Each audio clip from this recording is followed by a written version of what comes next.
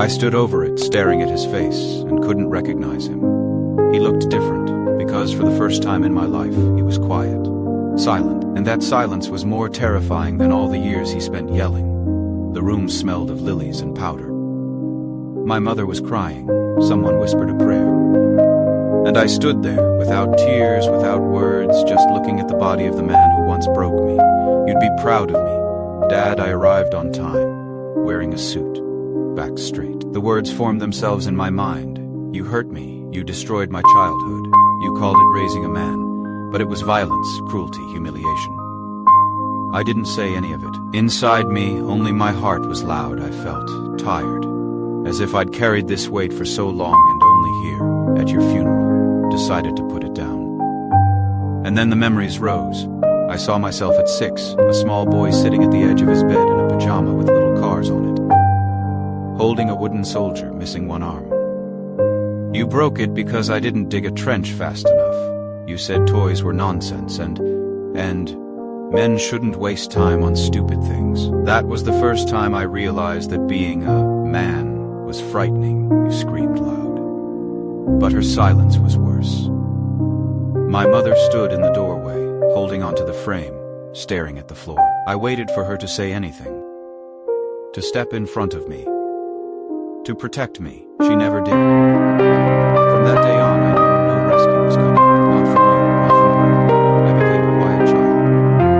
Too quiet. At school, they called me the ghost.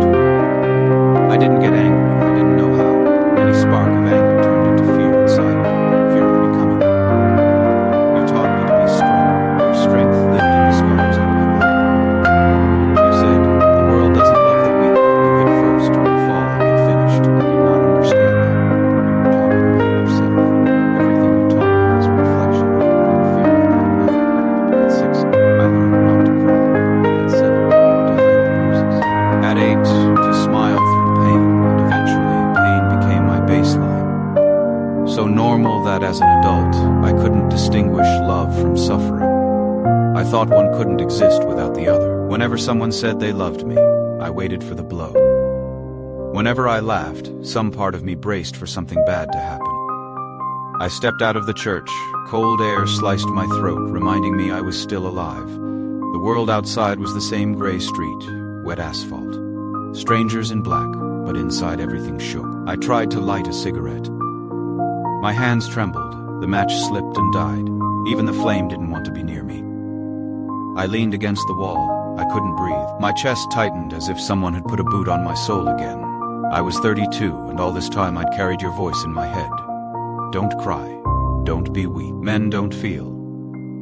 But now, I felt everything, all at once. Every phrase you ever threw at me stabbed back through my skin. I remembered all the nights hiding behind the couch. Unsure what mood you'd bring home, how you ripped drawings from my hands. Laughing that artists weren't real men. How you laughed again when I came home beaten from school. You deserved it, and I believed you. Now you were gone, and yet the fear stayed. It had never left. All my life I tried to prove I was good enough for you to love. Good enough to not be a mistake. Something snapped. Somewhere between breath and sob, I bent over, covered my face and cried. Not like a grown man, but like that 6-year-old, who finally understood no one was coming to save him. Tears streamed down my cheeks, and I didn't even try to stop them. People walked by. Some stared, some didn't, and there I stood, pressed against the cold church wall. And for the first time in 32 years, I felt alive. I stayed by the entrance until my breathing steadied. People passed me, some crying, some offering hollow smiles, pretending to know me. Then my mother approached. Her eyes were swollen, but her expression was the same as always, worried, apologetic, shrinking inside herself. Are you all right? She whispered, as if afraid to wake someone, and that one simple question threw me back into the past. I was 10, sitting at the kitchen table, staring at a cold bowl of soup. You towered above me like a black shadow, angry at something I no longer even remembered. Your hand slammed the table. Look at me when I talk to you. My eyes trembled, but I tried to hold them steady. You hated fear. You hated seeing yourself in me.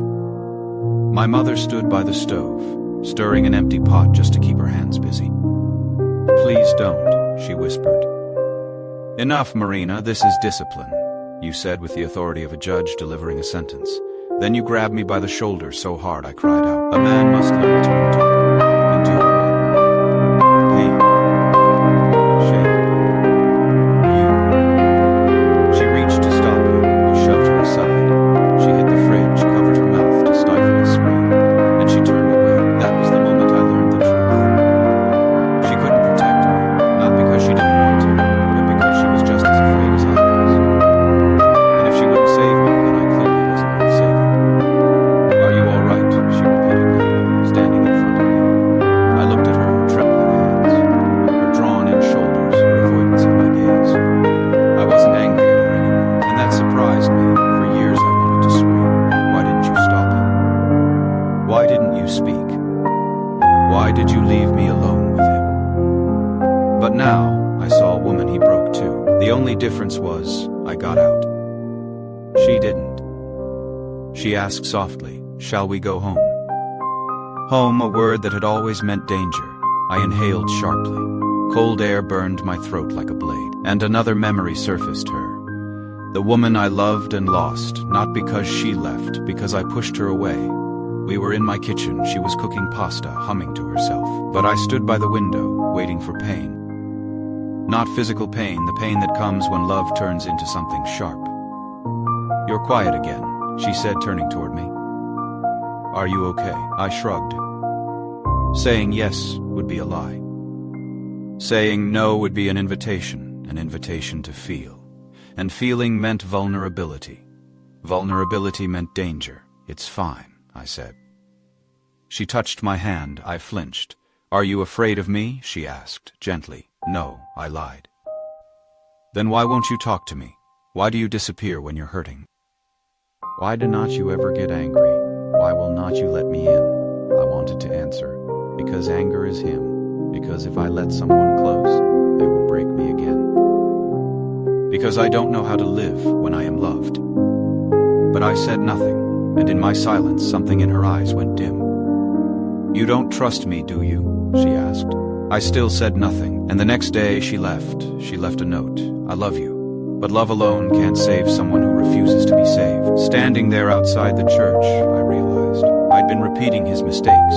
I didn't hit. I didn't shout. But I was cold. Distant. Closed. I inflicted pain quietly, the same way he did loudly. My mother touched my arm. "We should go inside. People are waiting." There were always people waiting. For me to be strong, composed, convenient. I looked at the church door. At the coffin. At the faces inside. And I knew I couldn't go back in. "Mom," I said. She looked up, startled. "I need a moment." I stepped back, then again, and another step. And suddenly my legs carried me away to the parking lot, to the empty road, to the first exit out of all of this. For the first time in my life, I wasn't choosing fear. I was choosing myself. The rain-soaked railing supported me as grief crashed over me like a wave. My chest hammered violently, as if my heart wanted out. And then, from deep inside, from the place I had buried under years of silence, came the memory I swore I'd never let out. I was 16. It was summer. The house was suffocating, thick with the smell of beer, cigarettes, heat trapped in the walls. He came home late. The door slammed. Dust rained from the ceiling. Something had happened. Something he'd drag inside and smear across everything. "Hey, come here," I went downstairs. Because not going was worse. He sat hunched at the table, bottle almost empty. Sit. I obeyed. He stared at me too long, as if looking for all the places to break me. "You think you'll grow up better than me?" "You're nothing." The bottle crashed against the table. Glass cut my hand. He grabbed me, dragged me toward my room, threw me inside. "You can't even get angry," he spat. "You're empty. You'll never be a man." Then he stepped closer, too close. The smell of sweat, alcohol, rage. His hand rose. I braced, but the blow never came. His hand dropped lower. Time froze. My breath shattered. My mind went blank. He wasn't hitting me. He was taking something deeper. The sense that my body belonged to me. The sense that I had the right to say no. His face twisted with something rotten. See, you can't do anything. You never will. And something inside me died that night. He didn't go further. He didn't have to. It was enough to haunt years. Enough to make touch terrifying. Enough to poison intimacy. I slid down the wall, shaking, begging wordlessly for it to stop. My mother stood in the hallway. She'd heard. She knew. She closed the door quietly, gently, as if protecting herself from a breeze. Her silence was the final confirmation. I was alone. Completely. I opened my eyes back at the church parking lot. The air was freezing, but it was real. And for the first time, the fear wasn't stronger than me. I collapsed onto the cold asphalt. Pain flooded me, then softened, reshaped itself into something new. A voice. Not his. Mine. He's dead, you're not. He took everything he could, but you're still here. Alive and in my chest, something quiet finally began to breathe. Not strength. Not hope. Not vengeance, silence. The kind he once used as a weapon, but now it was mine. Soft. Still. Human, I didn't know how to love, how to trust, how to be touched without flinching. But I knew one thing, his voice no longer defined my life. I walked home, my apartment greeted me with the kind of silence that didn't comfort, but pressed down on my chest. I sat in the hallway, still in my shoes, head in my hands, listening to the low hum of the air conditioner, the only thing anchoring me to the present. I remembered her, the woman who tried to love me, the one I pushed away because love felt like danger. I remembered standing here in this exact place the day she left. Back then, I felt nothing. Not because I didn't love her, but because feelings were foreign to me. Now, that absence, that numbness, cut deeper than any bruise you ever left on my skin. I tried to breathe deeper, couldn't. My chest cinched tight. I sucked in air like a wounded animal. Something inside me clawed up. Not a cry, not a scream, something in between. I realized I couldn't survive this alone. But I couldn't run back to a woman who had kept quiet through all the years you broke me either. Yet her face appeared in my mind. Her guilt, her fear, her shaking hands. She was alive. The thought made everything twist inside. Not to feel responsible for her. But I felt something, and my legs moved before I decided anything. I went to her house. The smell hit first old wood, dry laundry, and that quiet fear that lived in every corner of my childhood. She opened the door. Her face was exhausted, fragile. I didn't think you'd come. She whispered. Neither did I said. The house felt smaller then. I remembered as if the walls had spent decades shrinking inward. She put the kettle on without asking what I wanted, keeping busy to avoid feeling anything. Are you hurting? She asked, staring at the table. I let out a small, bitter sound. Good question. Just late. She gripped the cup she couldn't fill. I know I wasn't a good mother. No, I said, shaking my head softly. You were scared. She looked up for the first time in years, fear in her eyes, not anger. He was strong, she whispered. No. I said quietly. He was weak, and you let him feel strong at our expense. Her tears broke without sound. She turned away. I didn't know what to do. You knew. I said, stepping closer. You heard, you saw. You closed the door. She covered her face. I thought it would make it less frightening. She whispered through her hands, for me. I asked. She didn't answer. She cried quietly, like she had lived all her life. I sat in front of her.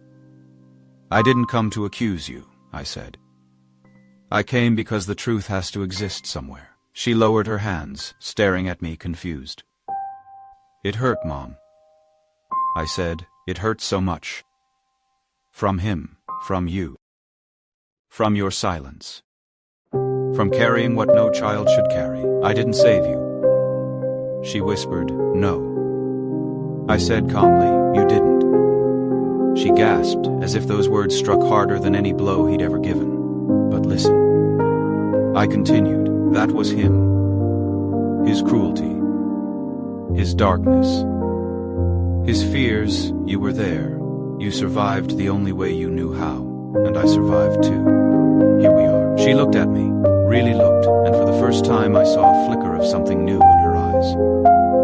Not fear. Not apology. Something tiny. Hope, what now? She asked. I took a long breath. Now, we both learn to live. I said, for real, without his shadow. And for the first time I believed it. I returned home. The apartment was dark, heavy. I closed the door, and the soft click of the lock echoed through my bones. I walked to the bathroom and turned on the dim light above the mirror. My reflection stared back at me, haunted eyes, swollen from tears, cheeks wet with the remnants of everything I had held inside for too long. A grown man's face, and behind it, the shadow of a boy who never got to feel safe. I rested my palms on the sink. Breathing hurt. Then I heard him. Clear. Sharp. The voice that had lived in my skull my whole life. You're not needed. You're weak. You'll never be a man. The words crawled under my skin like parasites. They'd steered every decision, every fear, every failed attempt at love. And suddenly, I didn't feel pain. I felt done. Not broken. Finished. I lifted my head, looked into my own eyes, and whispered, enough. My reflection trembled. Maybe it was me. That's not true. I said, pulling the words out of a place I buried deep under fear.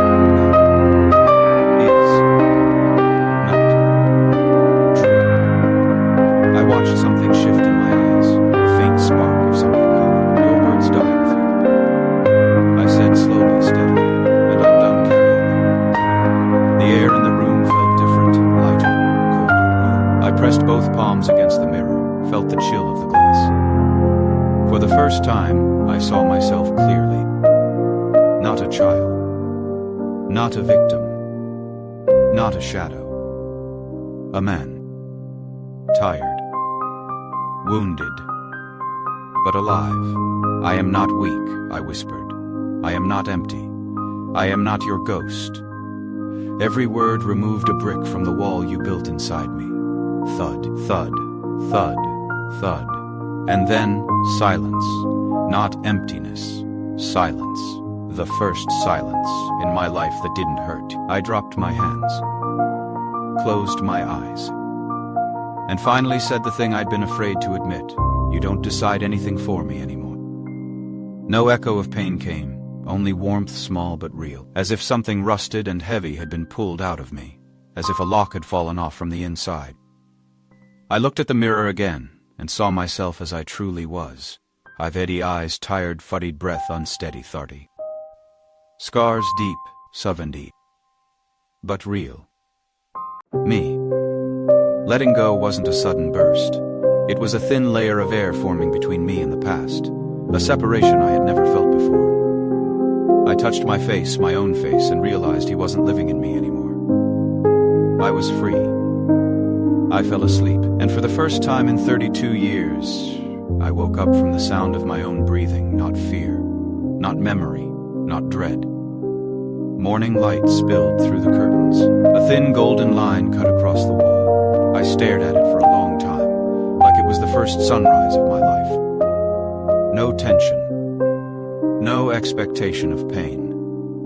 Just a room, quiet and soft. Silence again, the new kind, the honest kind. His voice was gone. Nothing inside me whispered that I was worthless. Nothing pushed me to rise out of fear. Nothing criticized the way I stood, moved, breathed. The room inside my mind, the one he used to live in, was empty now. I sat on the bed, ran a hand over my face, felt warmth instead of dread. The thought came slowly, gently. I don't have to be who he wanted today, or tomorrow, or ever again. I stood. My legs felt strangely light, like I'd shed a weight I didn't know wasn't mine. In the kitchen, water flowed from the tap. For the first time, it was just water. Not a metaphor. Not a trigger. Not a reminder of anything. Just water. I made tea Saturday at the table, and for the first time in years, my mind didn't attack me for being still. I drank slowly, careful not to spill a second of this new life.